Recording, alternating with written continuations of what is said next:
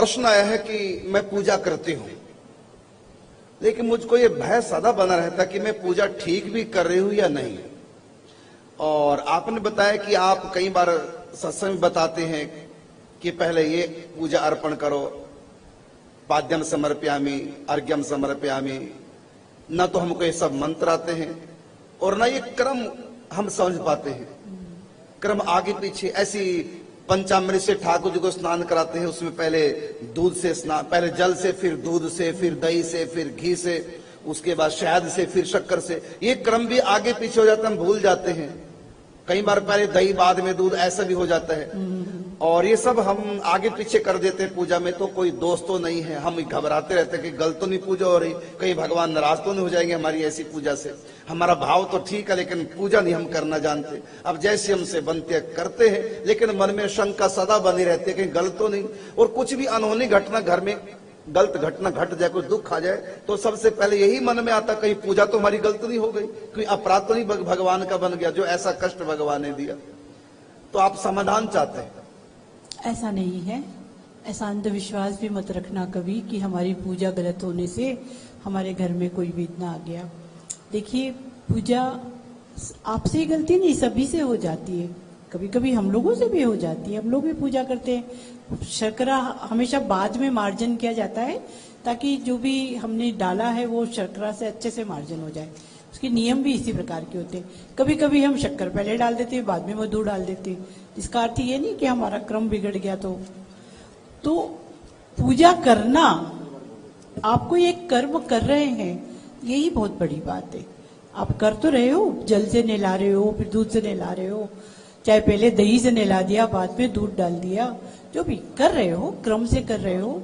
उसमें ये कोई बात नहीं है कि हमारी पूजा लगेगी नहीं या हमारी पूजा होगी। पूजा तो वैसे भी भावों की पूजा है। आप जो भाव से कर रहे हो, आप हाथ से डालो चाहे न डालो पदार्थ, उससे भी कोई मतलब नहीं। ये तो हम डालते हैं तो हमें संतोष मिलता है ना, भगवान के लिए क्या, हमारे मन के संतोष के लिए। हमें ऐसा लगता है कि हम ऐसा करने से हमें ये होगा, हमें ऐसा करने से ऐसा होगा। एक बार ऐसा ही हुआ था, एक शिवलिंग की पूजा हो रही थी और कोटा राजस्थान का प्रसंग है। उस वक्त हम राजस्थान में थे कुछ समय के लिए। बेटा हमारा वहाँ पे आईटी की पढ़ाई के लिए गया हुआ था, तो वहीं मकान ले लिया था। वहाँ पे एक पंडित जी टकराए, तो उन्होंने कहा भाई आप शिव अभिषेक करवा लें हमसे। मैंने कहा बिल्कुल करवा लेंगे। तो बोले आप ऐसा करिए, एक वो भी करवा लीजिए हमसे, नवदुर्गा आ रही है तो उसमें पाठ भी करवा लीजिए। मैंने कहा बिल्कुल करवा लेंगे, वो भी करवा सकते हैं। तो बोले क्या आप पूरा शतचंडी करवा सकती हैं? मैंने कहा हाँ वो भी करवा सकते हैं। तो बोले फिर आपको तो दुर्गा जी सोने की लाना पड़ेगी। तो मैंने कहा नहीं ऐसा कुछ नहीं है, आपको वो प्रतिमा चाहिए ना तो वो भी आपको मिल जाएगी। तो ऐसे करके हमने सब वहां पे वो करा। जब उन्होंने करना शुरू किया तो कहने लगे आपके नर्मदेश्वर को तो हम ऐसे चमकाएंगे, ऐसे चमकाएंगे, ऐसे, और चमकाते मंत्र भी बोलते जा रहे। और उनके नर्मदेश्वर में बोलते हैं अग्नि का वास होता है। तो जब नर्मदेश्वर तो घिस रहे थे, 3 बार उसमें से अग्नि प्रज्वलित ना, 3 बार अग्नि प्रज्वलित होकर 3 बार वो हम लोगों के पास से घूम के बाहर निकल, 3 बार। ये सब हम लोगों ने तो अपने आंखों के सामने देखा है ये सब। और वो एक चमत्कार हुआ था या जो भी था, मुझे नहीं पता, लेकिन ऐसा कई बार ऐसे चमत्कार भी हो जाते हैं। पर हम लोग ये ना समझे कि इससे कोई अनर्थ हो जाएगा। हाँ ये जरूर हुआ कि हमें तब समाधियां लगने लग गई। हम समाधि में अवश्य चले गए थे। उसके बाद 40 दिन जो उसकी अनुभूतियां होती है, जो कुछ होता है, वो सब कुछ भी हम लोगों ने वो करा। लेकिन ये जो हम लोग पूजा करते हैं तो ये ऐसा नहीं कि ऐसा करने से ऐसा हो जाएगा वैसा हो जाएगा। हमारे भाव क्या है?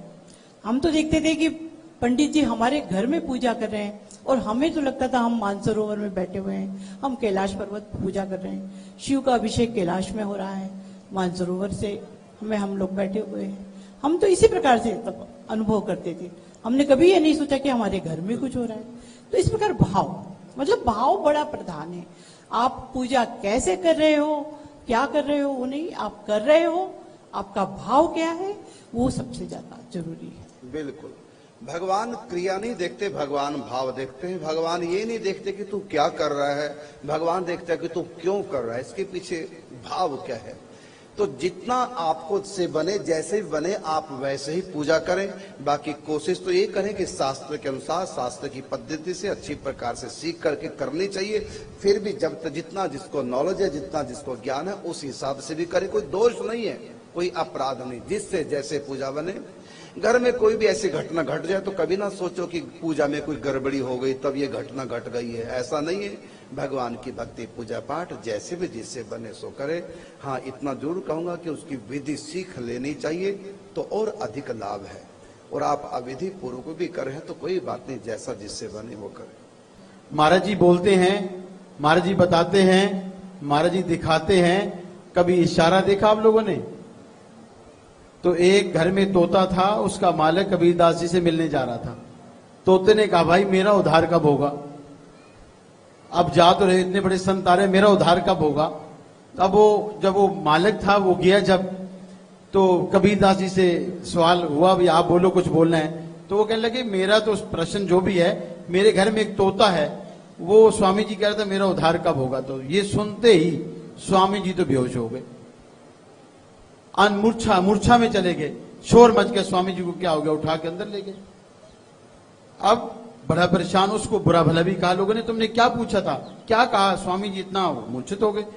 अब वो इसी घर में असमंजस में घर आया, और घर तोता भी वेट कर रहा था कि मैं अपने सवाल का जवाब लूंगा। जब ही उसका मालिक अंदर आया, पूछता, भाई मेरे बारे में स्वामी जी क्या? अरे भाई तेरी बात बताई थी, वहां तो स्वामी जी मूर्छित हो गए, वो तो गिर गए, और वहां तो शोर ही मच गया, जवाब तो मिला नहीं। बस ये बात सुननी थी, तोता भी मूर्छित हो गया। अब तोता मूर्छित हो गया, वो कहता स्वामी जी, इसकी बात स्वामी जी को बताई, वो मूर्छित हो गया, और स्वामी जी की बात इसको बताई, ये मूर्छित हो गया। अब इसको निकाला, हाथ में रखा, ऐसे करे, तोते ने फुर करी और दीवार पे जाके बैठ गया, उड़ गया, मुक्त हो गया। वो तोता कहता, भाई स्वामी जी ने इशारे में बता दिया था, बचना कैसे, मेरा उद्धार कैसे होगा, इस पिंजरे से मेरी जान कैसे छूटेगी। तो महाराज जी ने कहा भी है, आपको बताया भी है, लेकिन इशारा मैं बता रहा हूं। कुटिया का इशारा ये कम इशारा नहीं है आप लोगों के लिए, हॉस्पिटल का इशारा ये कम नहीं है। सच्ची कह रहा हूं, आपको नहीं समझ आ रहा है, इशारे ही समझ लीजिए, आप वहां पहुंच जाएंगी जहां इतने जन्मों से तपस्या करते करते आज मनुष्य जन्म मिला हुआ।